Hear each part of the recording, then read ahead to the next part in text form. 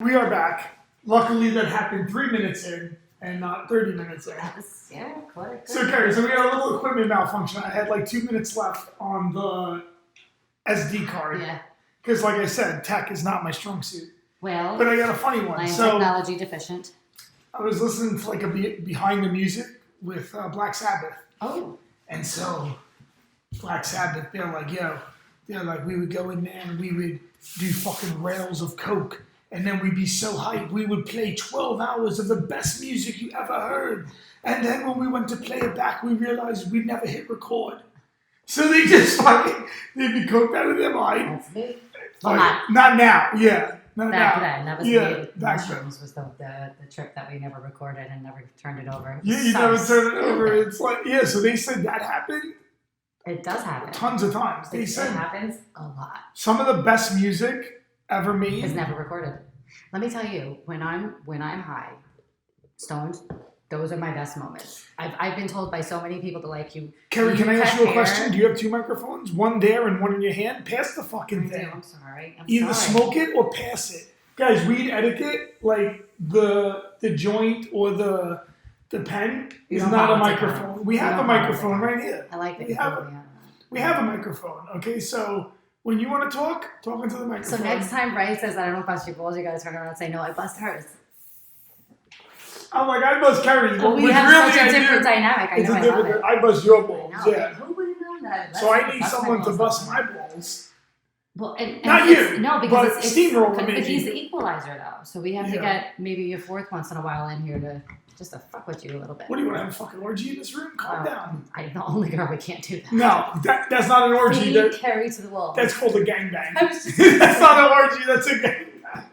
And I told you, I'm against the gangbang. It's a bunch of dudes jerking themselves off. Who is into that? It's kind of gross. It's kind of gross. Yeah, I was trying to tell one of my friends this. I was like, I guess that sounds cool in porn, but really, first of all, how fucking hot is it with like 7 sweaty dudes waiting in line? Yeah, that was fun. Whatever. Okay, Carrie, you know this is an MMA podcast. I know. Well, listen, you're the one that brought it there, too. I know, I brought it right there. You know, I don't know where the fuck. Listen, Carrie, that was listen you. Listen, Manimal, calm the fuck down. Yes, Manimal. Chill. We had a couple good fights this weekend, although, like we said, a little anticlimactic. Oh, you were right. I and I had picked Paulo Costa only because the guy looked like such a wrecking machine. I know. He didn't do anything. He didn't do anything. I watched it, and the highlights were the best. What was he trying to do? There was no highlights. It was like just Israel Adesanya, leg kick after leg kick after body kick after. I mean, he was he's a smart fighter. He's not a stupid guy. It almost looked like Paulo Costa walked in there and was like, "What the fuck am I doing?" Like I shouldn't have talked so much. Like what happened? Was it his energy? You know what it looked like to me? Was it an adrenaline dump? That's the first thing I said was something's not right. Something didn't look right. And I tell you what, I don't know what happened, but Paulo Costa didn't look right. Not at all. At the weigh-in. He looked really sucked out. He didn't look like... And then I think the fight happens at like 6 a.m. He didn't look himself that good. He didn't look right. But they said that people were taking like weird naps and sleeping in weird... He didn't look right. And he did nothing in that fight. I would have liked to see a more competitive fight, but I knew I was set up to be let down in that fight. And Izzy did everything I do. He hit him with the jab. You called it. I mean, even though I did pick Paulo Costa, that was an emotional thing. I was like, I would like to see him go at him the way he went at Romero. But he actually didn't eat... You know what, Kerry? If you're gonna go down, you kind of gotta go down swinging. Oh, you gotta go down. He went down looking. Yeah. It's like in baseball. You don't want to go down looking at the strike. No, you want to go down swinging, even if you miss. He didn't fucking try to throw. Swing and miss. He didn't try to throw. Oh, that was like training earlier when we did the whatever it was, the cleans. You dry fire. And you're like, you were jump. You're like, don't do it again. And I'm like, I'm doing it. You're like, no. I'm like, yes, I did it.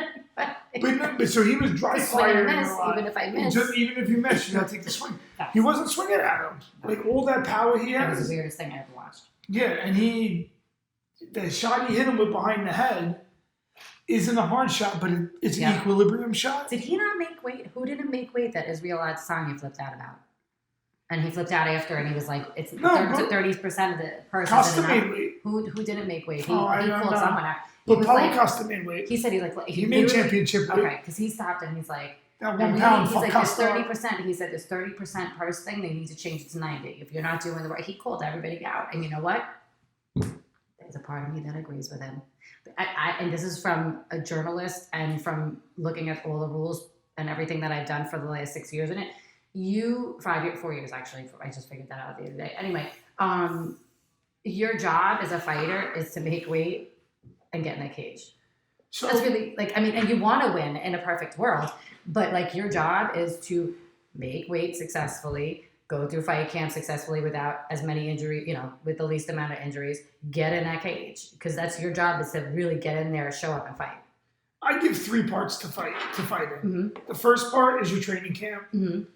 The second part is your weight cut. Mm-hmm. And the third part is the fight. Yeah. So if you fuck up the weight cut, it should be a third. I think that's about what it is. A third, 30%, 33%.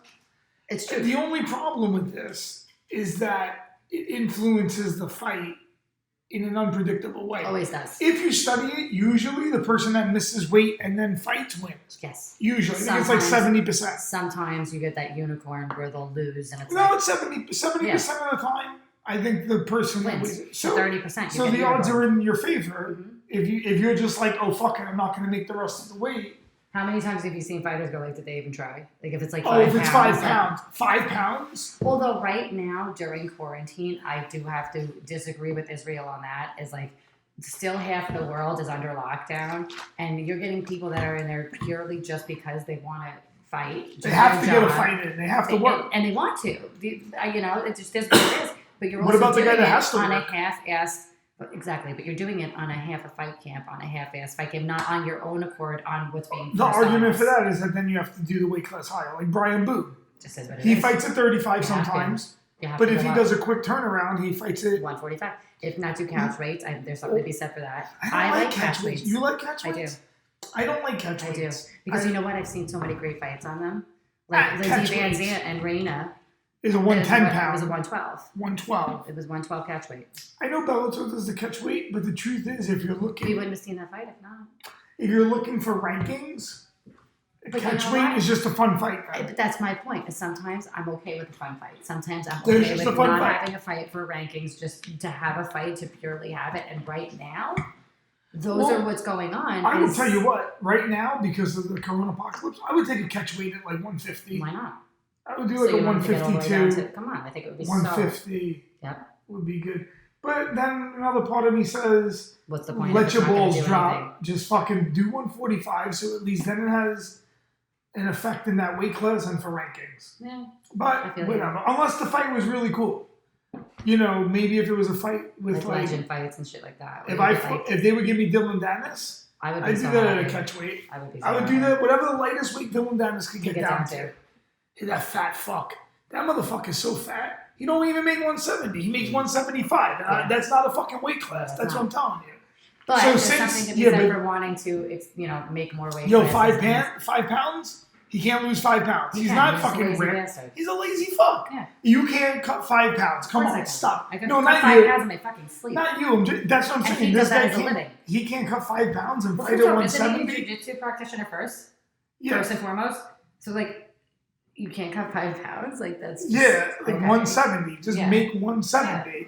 I'd have to gain 5 pounds to be able to go into a jiu-jitsu tournament. My friend the other day... you have to gain 5 pounds. My friend the other day looked at me, he's like, oh, you should compete. He's like, he fights. He's like, he was an amateur fighter. He's like, looks at me, he's like, you should definitely do jiu-jitsu competition. Because first of all, Kerry, I don't want to blow up your spot, but you're over 40. Yeah. So there's a Masters, that's Masters 3. Okay. There's only going to be 2 girls in that division. You go there, you rock out. Even if you lost your match, you probably get silver. Yeah. Yeah, so in your weight class, in your age group, you probably could actually go to a tournament when they actually could have tournaments again close by. Starting. And do regular adult at 115. And then do Masters adult at 115. And do 2 divisions and get a lot of experience. Yeah. I mean, so, hold on. I love to tap out, especially if I know I'm going to be hurt or uncomfortable. So I learned that, which is a big part of it. So I'm not sure who Izzy was saying about the 30% should be 90%. That's a little bit extreme. I wouldn't say 90. I think 30% is fair. What do you think? 50%? Half? That's half your job, make weight? Yeah. Maybe. It's more than a 30%. Especially if you pay. if the fighter turns around and says, I don't want to fight you because you didn't make weight, which they are, you absolutely are well within your rights to say, you didn't make weight. Why should I get in there with you? You're not professional. This is a professional fight. No, I'm sorry. I know it sounds really fucked up. No, my first pro fight, Kerry. You're so like, I didn't make weight, you bitch. No, the opposite. So, Kerry, my first pro fight, it was at like Marist High School gymnasium or something. I fought this guy, Rob Copenhaver. I don't fucking remember. But this guy comes in, the fight's supposed to be 155. You get a 1 pound allowance, that makes it 156. Yeah. He comes in at 159. So he looks at me, he's like, what am I going to do? I was like, you better start jogging around the gym. Yeah. I was like, I made 156. I actually came in that fight at 154. Wow. Because I wore the vinyls in the car ride over to the venue with my boy Felipe. Yeah. And then afterwards we went to Fridays. That was good. That was good. You're so funny. That was good. Fridays after. So I made him make the 3 pounds. I told Kip that was for reality fighting. So Kip Kohler runs that. I was like, Kip, just call me when he makes weight. I was like, but he had to be 156. I signed a contract. Well, I've actually seen that too, where like unless the doctor medically pulls me, I'm fucking going till the death. Even amateur fights, like there's the one official who I absolutely love for amateur fights. He actually now does a lot of UFC fights, Alexius Phoenix, and he does judging too. Why I like him so much is he will literally, he's like, listen, you still got to make weight. Go do something. I'm not letting you. And you would see people try to pay him because I would go to weigh-ins and I would see people like, come on, no. And he's like, no, this is my job, bro. Like you make weight or you go. It's that simple. And if the other fight, and they weren't even letting them. Oh no, we'll do. No, that's your job. And he would pull them in. I would see him like kind of give them a talking to, like this is your job. And it's always up to the fighter, also the other fighter, if they want to fight you. If you miss weight, and see, amateur sucks because there's no monetary penalty. Nothing. It's like you either fight or you don't. It's like, do you want to fight or not? Yeah. All right. We've had guys back in the day. People will come in 11 pounds over, Kerry. That's insane. One of my boys once, he has a 185-pound fight. Guy comes in 196. He's like, yo, what do you want to do, bro? And this is like a small show, so they weren't even taking purse percentages. This is in like 2000, 2001. So what do you want to do? And my boy fucks this dude up the first round. But it was a lot of work fucking that dude up. And then the second round, I think the other guy, it wound up being a draw. So all that, no win bonus. No fucking person. So it's a pain in the ass to fight the bigger guy. It's a lot more work. Even me, at 155, even though I think I do good skill-wise, it's a lot of work to take the bigger guy down. He absorbs more impact. Listen, if making a weight class didn't matter, no one would do it. Absolutely. Let me explain something to people about. Let me explain something about professional sports. If you see everybody doing something in professional sports, it's not a fucking myth. Yeah. I don't care what the science says. Your science cannot be inside my body and my mind at the time of the fight. It can't tell. I know. So they're like science. Oh, your science says if you cut this weight, you're going to lose muscle and you're not going to perform well. It's like, okay, well, tell that to my performance. Tell that to me when I fucking am ready to kill. Yeah. The hungry wolf is bound to wage a hard battle. So let me tell you something about cutting weight. So let's think about this. If there was no advantage, why would anyone do it? And people are like, no, but some people do better. Yes, some people do. But there's a reason there's a weight class. Mm-hmm. And the goal is to find your optimal weight class. Where you suffer just the right amount. But yeah, I mean, there's a lot of fights that you see where it was like, oh man, that guy was way better than the other dude technically, but 2 weight classes apart. It happens. And you know, 2 weight classes apart. And skill will always triumph, I believe, over the bigger unskilled opponent. That too. But in pro wrestling, there was a guy, Mean Gene Okerlund. He's an announcer. And he said, let me tell you something. A good big man will always beat a good little man. And if you're equally skilled... That's a whole different ballgame. Imagine this, Kerry. If you're equally skilled in the same... Imagine this. I'll give you... Profession. Let me explain why making a weight class matters. Let's imagine, Kerry, that you had to go to a jiu-jitsu competition. Yeah. And in this jiu-jitsu competition... They put me in there with Gabby Garcia. No. They put you in there with you. Only you, 20 pounds more muscle. What do you think's going to happen? You know what I'm saying? Like, think about it. They put you against you. Yeah. A mirror image of yourself. Yeah. The only difference being the other mirror image of you is 20 pounds more jacked. That's insane. I couldn't imagine me 20 pounds. No, but think about that. Even I think That's about a lot. myself. That's One a of my lot. coaches, one of my guys, Gary, shout out Health Defense Systems. You should sponsor our podcast. So Gary from Health Defense Systems, he's like, think about it. He's like, if you had to fight yourself, just you, Yeah. a copy of you, Yeah. and that copy of you was just 20 pounds more muscle.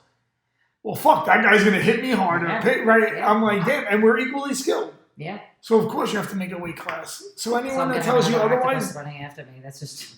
Yeah. anyone that tells you making a weight class doesn't make a difference It does. has never had to. Yeah. I've never heard a fighter tell me that. No. I've never heard a fighter say, you know what, I make 135, but I think, I walk around to 170. I think I'm going to do 170. Yeah. Does Aljo go? Aljo, the best 135er in the world. If I pull him right now out of his seat and put him on a scale, I bet he's 162. Hmm. Should he fight at 162? I mean, could he? Could he? Oh, he's going to go fight Khabib? Yeah. What do you think that's going to look like?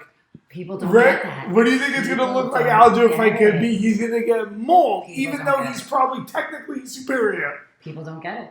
Right? Sorry, Aljo. But you are the uncrowned 135-pound champ. Yes, And but there's a weight class for a Is reason. is he fighting? Like, what's going on with Oh, that? did they give him the definite? Yeah. I don't know if I don't think a contract's been signed yet because Peter Yan just fought. Listen, he just I know. fought four But rounds. that with doesn't mean they can't, like, start Ink it. I promoting think it. they have to. I think they got to wait for everyone to be like healed up and fresh. That's true, because you do have to, even if you don't take any damage, you still have to have, 30 days? You still get No, 30 contact. days, no. But we've seen what they've done now with Go fights. somewhere else. It's happened so many times in UFC where it's like, okay, well, I just fought, but they're quicker turnarounds. You in know what 30 was the days. worst turnaround time I've ever seen? And they shouldn't have did it to him? Bisbing.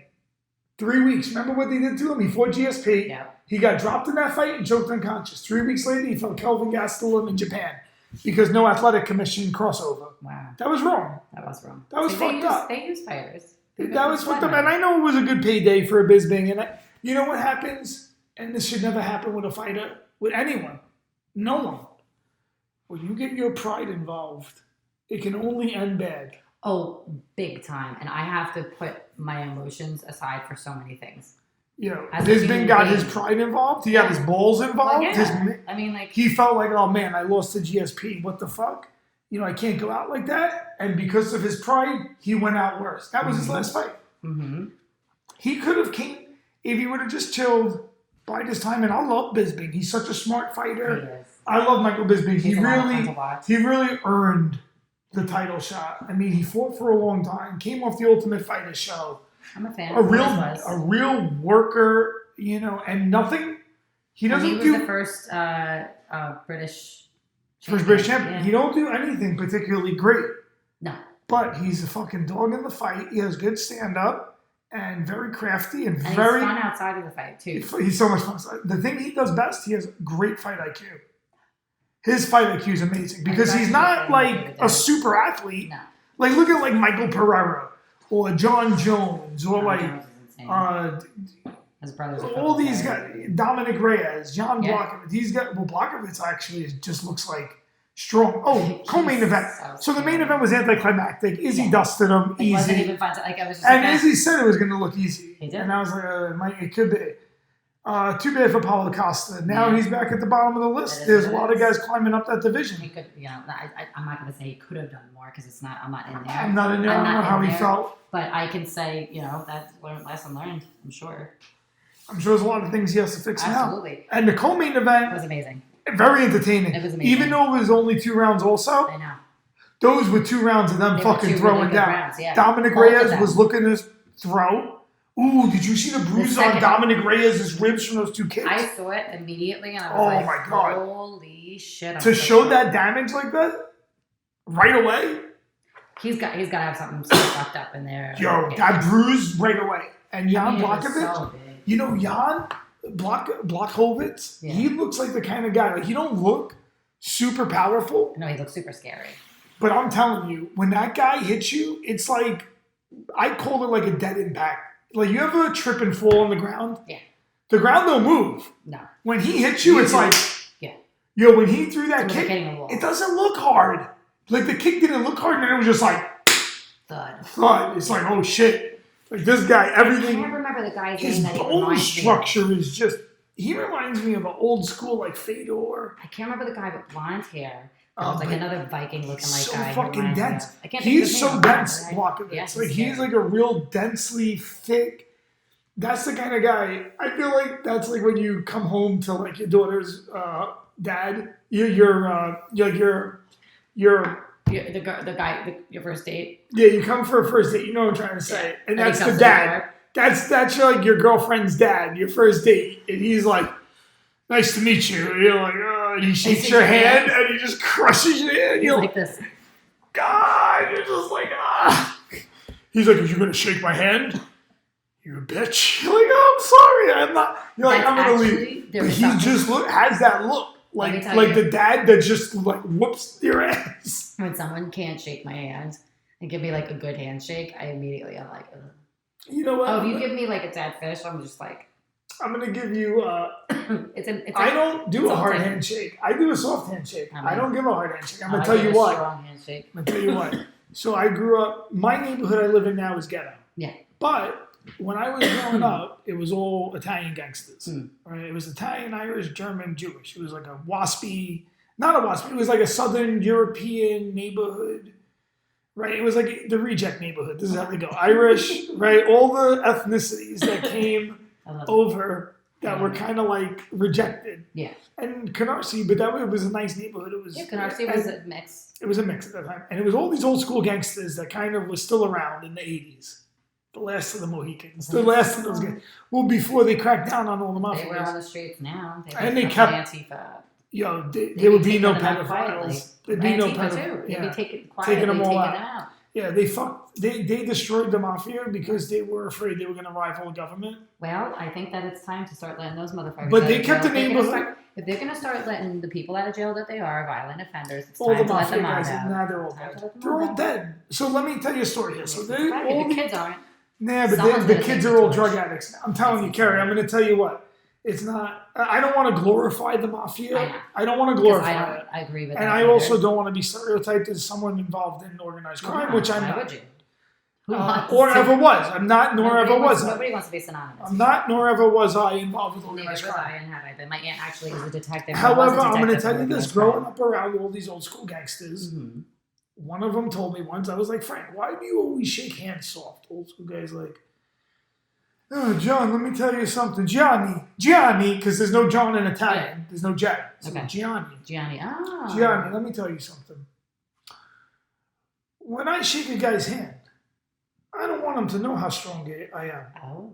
He don't need to know how strong I am until he has to find out. All right. So don't like the guy. You give the guy a strong handshake. He's like, oh, be careful, Manimal's strong. All right. For me, I give him a gentle. Oh no. I put my hand in. I do a real. I give it. That's it. Yeah. That's it. No, I have people meeting me like, no. they're like, oh, you have a scary. Because he was like, oh. I assert my dominance immediately. As a woman, it's smart. 90%. As a woman, it could be smart. 90% of why I fuck people up is because they underestimate me. Well, that's true. So you have to keep underestimating. Now, I will even throw you off and make you underestimate me more. Did you hear how I said people are actually, like, they get shocked by my handshake because I'm immediately underestimated. People look at me. There was a woman that hugged me the other day, yesterday, and she was like, oh, it was my friend Jenny on Facebook. I had met her for the first time ever in person. There was like so many people that were going up to my friends and they're like, yo, where is Carrie? We've been looking for her. They're like, yo, Marnie, all these girls that were like your Facebook friends. I'm like, I never even met them in person. She's like, they were all looking for you. I'm like, that was awesome. So Jenny comes over and gives me this huge hug and she looks at my twin sister. She goes, she's so tiny, but she's so strong. She's like, holy shit. She's like, you're the smallest girl. She's like, you're like a kid. You're smaller than my daughter. I'm like, and then some guy was like, I hope that you guys are careful out there because we were, carrying our Save the Children signs and human trafficking. And I was like, no, don't worry. I can defend myself if needed. And he's like, really? And he just kind of gave me a look and I just threw a front kick and I was wearing boots with heels in them. And he was like, holy shit. He's like, with heels. I'm like, oh yeah. Probably, for some girls it's easier with heels. Like they're used to the balance on heels. And they're like Timberland looking boots. So they're really fun. I was like the weird chick there. They were like, what is she? Like, why are you just in Antifa colors and coming out to a fucking...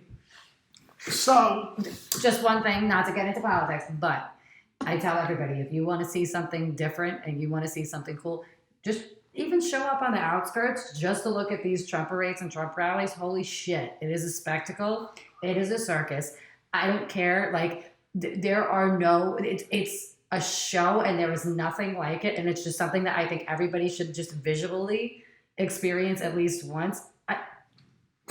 I know what you mean. No, Trump rally is funny. Seeing thousands. I like the boat. Cars. They have like the boat Trump rally. Yeah. Dude, I don't care what anybody says. I really don't. Seeing what I've seen in the last couple weeks, the world is in for a fucking shocker. I think the world is in for a shocker. No matter who wins, it's going to be very hotly contested. Of course it is. Why do you think? Why do you think Trump we're bringing really it straight to the Supreme vote. Court judge? I mean, we're bringing it straight to the. They're not gonna. It's gonna be contested just like Bush Gore was in the Supreme Court over voter fraud, and we already have more conservative. I'm already blaming Florida. Of course you should. Florida's the worst. It's already Florida. They're the worst. It's already going to be a problem with Florida. They're already finding like harvesting ballots and shit. They're finding them everywhere. So it's like, but the good thing is the alternative. I said, well, it's going to force people to vote in person first off, and they've already caught people from. It was an election. It wasn't a presidential election in 2018, and they caught them voting twice. They're starting to arrest people for that. Dead voters' ballots. No. People that voted twice, they mailed in a ballot and then went in person. And now they're catching them, so they're arresting people for that because that's fraud. Yeah, it's fraud. You cannot vote twice. You can only vote once. So think about it this way. One last little conspiracy. If they decide to drop Biden and they pull a switcheroo, any person that went and voted early for Biden-Harris loses their vote completely. It's different. They don't get to vote twice. Just because it's a new candidate doesn't mean you get to go and vote again. You voted for that party. Your vote is counted and it's done. Oh, I don't know if that's true. I'd have to ask my lawyer friends. You're not allowed to vote twice. Okay, back at the ranch. So, Blachowicz-Reyes was good. I got to look that up myself. I need where's our production guy? So we have a job opening for a production assistant. Where did you hear about us? So, I have somebody yesterday that said that he would come in and help us out. We have to get him in. That could be good. Okay, so he's a hippie. You like him? Cool guy. Blachowicz. Yeah. Blachowicz. Well, but either way, I heard the itch on the end too. We haven't had. When was the last time we had a new, undisputed, long time 205-pound champ? I mean, even though DC had won the title that time, it was because John Jones was like in rehab or some shit. Huh? That time. Yeah, it was because he was in rehab. Now the title's been vacated. It's exciting. And there's a new champ. Blachowicz looked great. I mean, his power is amazing. He looked fantastic. He's a fucking killer. He has great. Very experienced. Oh yeah, he knows. Very experienced. He has like 35 fights, right? Yeah, they were saying that Blachowicz has double the amount of wins than Dominic Reyes had fights. That's insane. So Dominic Reyes is, I think, 13-1, and Blachowicz, I think, is like 27. And let's not take away from Dominic Reyes. He looked great too. Let's not take away from that. You know, he was fighting with that bruise for what around.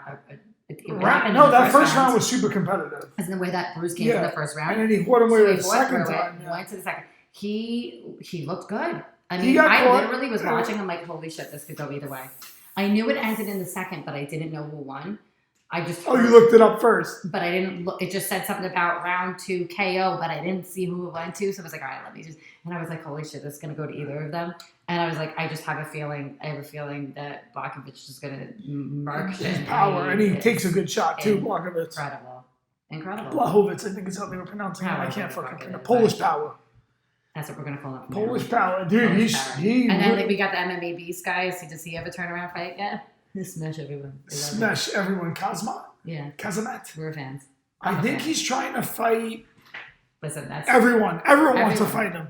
I think Wonder Boy wants to fight him. Someone else wanted to fight. He wanted to fight Masvidal. There was someone else. He is going to give everybody a problem. Give him a top 5. He's gonna, and I guarantee you, he's gonna win. You think he's gonna smash everyone? Yeah, I think he's gonna smash everyone. Yep. Smash. Yep. Smash. Not smash. Smash them all. Smash everyone. Smash everybody. It was Khabib that started that. The Eagle Smash. I smash. A smash. I'm going to smash the Sun Location. I smash. Sun Location. That's the best thing. Sun Location. Sun Location. I smash. I go smash. I fucking okay. So what we have to bring up now, because we've talked about that, and who knew I was going to switch focus. Do we think and do we care if Conor McGregor fights Manny Pacquiao? The only reason why I would care is it's all right. So, all right, so I don't know when that stopped, but Conor McGregor versus Manny Pacquiao, is it going to happen? It would happen in, I think they said Saudi Arabia. Conor McGregor versus Manny Pacquiao, they say is going to be in the Middle East. Yeah, I thought I think Saudi Arabia. Dubai. Which they can now. No, you know why they can? World peace everywhere. They could do it wherever they want in the Middle East now at this point. I think Dubai. I think no, but do you know what that would do? If they did it in a country, say that it was one of the Middle Eastern countries that were a little poorer, so to speak. You're Saudi Arabia. Well, look at what they did for Dubai when they built that whole. It was an outside arena just for a fight, the Conor McGregor Khabib fight. That was literally for them. So what they could be doing is, making their economies better. If you think about it that way. If I don't think that Dubai's economy I'm has not to saying be any they're better. no, but they're already the richest. Who knows where they're going to do it? I just heard they're Saudi Arabia. I told you they wanted my wife to teach in the international school. Saudi's rich too. They're fucking back. Listen, all those countries are, but it's few people that are. Yes, so it's not very few. Yeah. Countries like if you go to my friend is from India and she goes there all the time, and specifically for weddings and stuff, and her family's palace is. Yeah, they have a palace in India. They're rich. Driveway is borderline made of gold. It's like marble driveway, heated. She literally showed me pictures. I was like, first, it's not really my style. Where like gold just went. It's like the Taj Mahal. House. Yeah, it's like the Taj Mahal. But it's like how much shit could go throw up on someone's. It's beautiful. Their weddings are insane. No, the disparity of wealth in some countries. I mean, it's bad in America, but in other countries, I mean, it can be terrible. And in Brazil's bad, but you know what? Bad. There's something also with the Indian culture that I like. They don't look at the people that work in their houses and palaces as slaves. Those people are actually they're making money and they have a good life. So if like you were saying, the system is rough because if you're like a house servant, you're always a house servant. But you're also living in a palace. You do. I don't know. I'd rather be a free man. Well, me too. In the fucking gutter. See, now this is my than thing. a slave in a palace. This is my thing. And so why I'm fighting I can only so be hard a free for man. what's going on all over the world right now. Oh, what, human trafficking? No, not just that. Not just that. But like that there was global slavery because of it all over the place and the level that it's at. And I keep on telling people, does that matter to you? Because that's what's going on right now. There is global slavery everywhere. Not to bring up politics, but this little Biden just got caught in a prostitution and even trafficking ring, and nobody will talk about it. I want to see what exactly comes out from what he was doing. Whatever. Let's go back to I'll show you shit later. Manny Pacquiao, Conor McGregor. I like it. I mean, Conor's way bigger than Pacquiao, though. One of my friends thinks that Conor would murk him, but like I don't know. I don't think so. Pacquiao is a professional in boxing forever. How many fights does he have? But Pacquiao does have an aggressive style. How many fights does he have? Pacquiao 50, 60, right? 50, 60 fights versus Conor McGregor's fights. Now, you can also look at his fight versus Chris Algieri. Chris Algieri. Yeah. I actually thought, and Dominic's a good friend of mine, his dad. He's so funny. Every time I see him anywhere, he's like, you have the best fucking social media ever, Gary. Like, I love you. He's known me since I was a kid. And he said, he's like, you've grown so much because I was an addict. And so I guess I have a special place in his heart. I don't know. But I can Chris Algieri fought Manny Pacquiao. I can equate it to maybe that Conor can box, but he's not a boxer. He's going to start getting tooled up. Yeah. And unlike Mayweather, I think that he'll take Pacquiao's going to throw hard shots. I think Pacquiao will take it easy on him, to be honest. He kind of did on Algieri. It looked like he did to me. The first 3 rounds. Yeah. Here's the thing. A really good boxer sometimes needs a few rounds to get into it. So I think I see it Conor winning the first 3 rounds again. And then it'd be interesting, though. I just love the mega spectacle fight. And I love Manny Pacquiao. I love Pacquiao. I would love to see Pacquiao just fucking knock Conor out. That's going to be a huge I'd love to see Pacquiao dust him, but it might not happen that way. No. I don't think it'll happen. I think if anything. But yeah, Pacquiao is just... I'm actually a little envious. I don't know if I have that work ethic like Pacquiao has. Like, that guy he's like a congressman. He's like are you kidding me? You're like the man of 1,000,010 things. I don't know. Man. When you told me that you could do contracting, I was like, no, I'm not doing contracting. But you can't. I was shocked. Well, he But just took I this shouldn't table be. apart. We just took the table apart. You're a Renaissance dude. You can do it. I am the last Renaissance I man. know. I got married at the I Renaissance told you, you're man. a Yeah. Renaissance guy. Oh, other fights I want to talk about. Diego Sanchez. Oh. Speaking of being far out. Out of his mind. Yo, he did some weird shit too again. He was doing weird shit. He was like, what? He was doing some weird shit again. He's out of his mind. He was doing weird shit. Diego Sanchez is so far out in the universe. Someone's got to bring him back. He's barely in this dimension. I know. No, barely. He's not. Barely. He sent it to 5D before all of us. Wait, How the fuck did that happen? Did you see Stephen Bonner in his corner? He's like, after the first round, he's like, you did exactly what you wanted to do. I was like, what was that? Nothing? Nothing. You did exactly what you wanted to do. Now you're going to wear him out. He's like, now you're going to wear him out. And I'm like, who the fuck is wearing this 25-year-old kid out? That he's fighting. He's fighting this 25-year-old kid. He's like, you're going to wear him out. Yeah. Really? I don't know. I don't think it's going to be a cardio Maybe thing out here. I think he got worn out in the fifth dimension, the other guy. Oh, and then the third round? And that's why he's so fucked up, because he's not quite where he should be, but he's still kind of in the fourth, like the ether. Maybe, but that third round, he totally got his ass kicked. He was trying to do some shit. Diego Sanchez was trying to do some stuff, but he just looked overmatched by the guy he fought. It happens. I kind of had a feeling that might And he was so far out there. But at least Stephen Bonner, an actual fighter, was in his corner. Well, thank God. On top of his yoga instructor. On top of his yoga instructor, he's like, I want you to get into downward dog. It's like when Conor McGregor was doing touch butt in the park. I see you doing touch butt in the park with that long head, dude. That was the funniest. That's what won Nate that fight. Conor just looked like he just crushed his world. He was like, the best thing I ever. That shit was so funny because he just crushed his world. It's like, I seen you playing touch butt in the park with that long haired dude. And God had no response. He's like, I guess you're right. I think that's Ito Portal. That's like the movement guy. I really want to see them fight, Conor and Nate. I thought you were going to say you want to see Ito Portal fight. I want to see the trilogy out of Conor and Nate. I would love to see. I don't think you're ever going to see Khabib Conor too. I think that just doesn't even need to be run back at all. I think it would be kind of stupid and foolish. After Justin Gaethje, and I think he beats Justin Gaethje, and he takes one more fight and he retires. Listen, I seen Conor fight against Khabib. I must have watched that fight like 5 or 6 times recently. It's a great fight. I watched it with you, I think, 2 or 3 weeks ago, and then I watched it. I watched it a few times, and I hear people say they thought it was competitive, and I'm like, Conor. There was nothing competitive, about it. Yeah. The only significant strike landed was by Khabib when he knocked Conor on his ass. I mean, and then rolled him the entire rest of the time. You can't beat that when you have a guy that wrestles bears, as Joe Rogan says. Conor got totally dominated. What do you think? What is he going to do? Look at what he did to improve from that fight. Everybody that he's fought, Edson Barboza, why can't I think of his name? Michael Johnson? Yeah. I mean, everybody he's fought. He's going to... Dustin Poirier.